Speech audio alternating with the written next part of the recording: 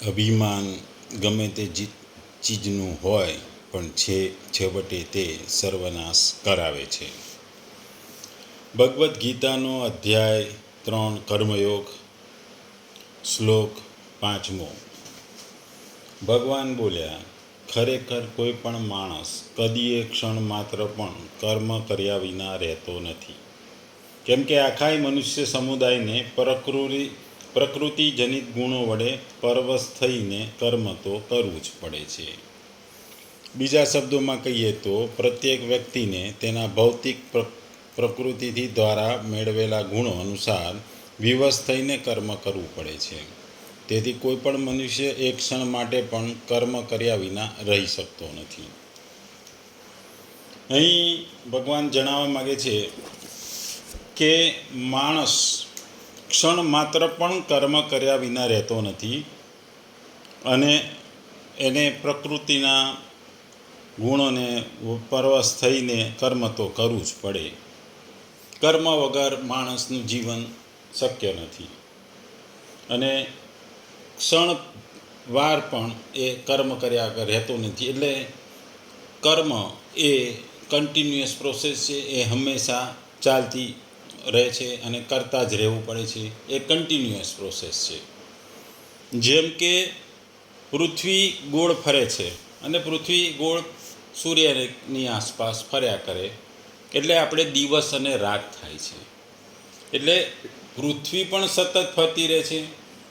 તમે સ્થિર હો તો પણ તમને સ્થિર હોય તો બી તમને પૃથ્વી ફરતી દેખાય નહીં, પણ એ પૃથ્વી ધીરે ધીરે ધીરે અમુક ડિગ્રી રોજ ફરતી હોય છે. અને એ પૃથ્વીના ફરવાને કારણે સૂર્યના કિરણોને લીધે આપણે દિવસ અને રાત થાય છે. અને એ બી કન્ટિન્યુઅસ પ્રોસેસ છે કર્મની માફક. જો કર્મ પણ ચાલુ રહે છે એમ દિવસ રાત પણ હંમેશા ચાલુ રહે છે. પૃથ્વી પણ ફર્યા કરે છે અને પૃથ્વી ફરે તો જ એ દિવસ રાત થાય. એમ પ્રકૃતિને આધીન થઈ દરેક વ્યક્તિએ કર્મ તો કરવું જ પડે. જેમ પૃથ્વીને ફરે તો જ દિવસ રાત થાય, એમ કર્મ પણ હંમેશા ચાલુ હોય છે અને કર્મને પરવશ થઈને જ કર્મ તો કરવું જ પડે. દરેક વ્યક્તિએ ગુણો વડે પરવશ થઈને કર્મ તો કરવું જ પડે. એટલે પૃથ્વી અને કર્મ બંને એક છે. પૃથ્વી ફર્યા કરે છે, કર્મ બી કરતા રહે છે, સતત ચાલુ રહે છે. અને કર્મ તો કરવા જ પડે. એમ પૃથ્વી ફરે તો જ આપણને દિવસ અને રાત જોવા મળે. એટલે દિવસ રાત થાય એના માટે પણ પૃથ્વીને ફરવું જરૂરી છે. અને પૃથ્વી ફરે તો જ આખું વર્ષ થાય, 365 દિવસ થાય, મહિના થાય. એટલે અહીં ભગવાન કહેવા માગે છે કે કોઈ પણ માણસ કોઈ પણ અવસ્થામાં ક્ષણ માત્ર પણ કર્મ કર્યા વિના રહેતો નથી.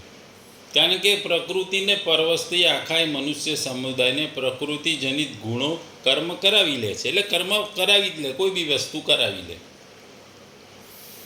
આપણે જાણીએ છીએ કે કર્મયોગ છે, જ્ઞાનયોગ છે, ભક્તિયોગ છે. કોઈ પણ માર્ગમાં સાધક માણસને કર્મ કર્યા વિના રહી શકતો નથી. એટલે અહીં 3 વિલક્ષણો પદો આપ્યા છે. કશ્ચિત પદનો પ્રયોગ કે ભગવાન કહે છે કે કોઈ પણ મનુષ્ય કે કોઈ પણ માણસ કર્મ કર્યા વિના રહેતો નથી. ભલે ને તે જ્ઞાની હોય કે અજ્ઞાની હોય, એ જાણકાર હોય કે ના જાણકાર હોય, એ અભણ હોય કે ભણેલો હોય, પણ એણે કર્મ તો કરવું જ પડે. જો કે ભણેલો હોય કે જ્ઞાની પોતાના કહેવાતા શરીર સાથે કોઈ સંબંધ નથી રહેતો તો પણ કહેવાતા શરીરથી પણ રોજ કંઈક ને કંઈક ક્રિયાઓ ચાલુ રહે છે. અહીં ભગવાન કહે છે કે જો મનુષ્ય હું રોજ કર્મ કરું છું તેવું નથી માનતો તો પણ જ્યાં સુધી શરીર સાથે એનો સંબંધ છે ત્યાં સુધી એક ક્ષણ પણ કર્મ કર્યા વિના રહેતો નથી. અહીં ભગવાન એમ કહે છે કે જાગૃત હોય, સ્વપ્ન હોય, સુષુપ્ત હોય, મૂર્છિત હોય, કોઈ પણ અવસ્થામાં મનુષ્યનું કર્મ તો ચાલુ જ રહે છે. એ જાગતો હોય કે સૂતેલો હોય પણ એનું કર્મ ચાલુ જ રહે છે. એટલે એનું કારણ ભગવાન આ શ્લોકના ઉત્તરાર્ધમાં બતાવે છે કે પ્રકૃતિને પરવશ હોવાને કારણે તેને કર્મ તો કરવા જ પડે. પ્રકૃતિ નિરંતર પરિવર્તનશીલ છે. પરિવર્તન એ સંસારનો નિયમ છે. સાધકને પોતે કંઈ જ નથી કરવું, પણ જે વિહિત કર્મ સાથે આવી જાય તેને કેવળ બીજાઓના હિતની દ્રષ્ટિએ કર્મ કરવા પડે છે. પરમાત્મા પ્રાપ્તિનો ઉદ્દેશ હોવાથી સાધકે નિશ્ચિત કર્મ તો કરવું જ પડે, અને ના કરે તો એનો મતલબ નથી. ઘણા મનુષ્યો માત્ર સ્થૂળ શરીરની ક્રિયાઓને જ કર્મ માને છે, પણ ભગવદ્ ગીતા આપણને મનની ક્રિયાઓને પણ કર્મ કહે છે, જે મનમાં છે. ગીતા શારીરિક, વાચિક અને માનસિક રૂપથી કર્મમાં આવેલી ક્રિયાઓને કર્મ માને છે. શારીરિક અને માનસિક ક્રિયાઓ સાથે મનુષ્ય પોતાનો સંબંધ માની લે છે. એ તમામ ક્રિયાઓ કર્મ બની છે, તેને બાધાવાળી છે, બીજી ક્રિયાઓ નહીં. એટલે જાગૃત અવસ્થામાં મનુષ્ય ખાય છે, પીએ છે, નોકરી ધંધો કરે છે, સ્કૂટર ચલાવે, ગાડી ચલાવે, એ કોઈ પણ ક્રિયા જાગૃત અવસ્થામાં પણ એક કર્મ છે, એ કર્મ કરે છે. અને સૂતો હોય, રાત્રે સૂઈ જાય ત્યારે તે પણ એ કર્મ કરતો હોય છે. જેનું હૃદય ચાલુ હોય છે, મન ચાલુ હોય છે, મનમાં વિશ્વાસ, મનમાં વિચારો આવે છે, મનમાં સ્વપ્નો આવે છે, મનમાં જાત જાતના વિચારો આવે, સ્વપ્નો આવે, એ બધાને જ ભગવાન અહીં કર્મ કહે છે. એટલે સૂતેલા અવસ્થામાં પણ હૃદય તો ફરતું હોય છે, હૃદય ધબકતું હોય છે, શ્વાસની પ્રક્રિયા ચાલુ હોય છે, એમ મગજની પણ પ્રક્રિયા ચાલુ હોય છે, અને મગજમાં વિચારો આવે છે, સ્વપ્નો આવે છે. એ બધું જ એ કર્મ કહેવાય ને. એ કર્મની ક્રિયાઓ સૂતેલા હો તો પણ ચાલુ જ રહે છે. મનુષ્યના મનમાં એવું હોય છે કે તેઓ બાળકોનું પાલન પોષણ તથા આજીવિકા માટે નોકરી કરે, વેપાર કરે, ધંધો કરે, ભણે કે વ્હીકલ ચલાવે, એને કર્મ માને છે. આ ઉપરાંત તેઓ ખાવાનું, પીવાનું, સૂવાનું, બેસવાનું, ચિંતન કરવું વગેરેને કર્મ નથી માનતો, કારણ કે એ બધી ક્રિયાઓ છે, પણ એ ક્રિયાઓ પણ એ કર્મ છે. ખાવાનું, પીવાનું, સૂવાનું, બેસવાનું, ચિંતન કરવું, મનન કરવું, એ પણ કર્મ છે. આ કારણથી કેટલાક મનુષ્યો વેપાર વગેરેને કર્મોને ત્યજી દીધું, એટલે કે હું નથી કર્મ કરી રહ્યો એવું નથી. એટલે માણસ રિટાયર થઈ જાય, આપણે ત્યાં 60-62 વર્ષે માણસ રિટાયર થઈ જાય, એટલે નોકરી જતો બંધ થઈ જાય, એટલે એનો કર્મ બંધ નથી થતા, કારણ કે માણસના મન અને શરીર તો ચાલતા જ હોય છે.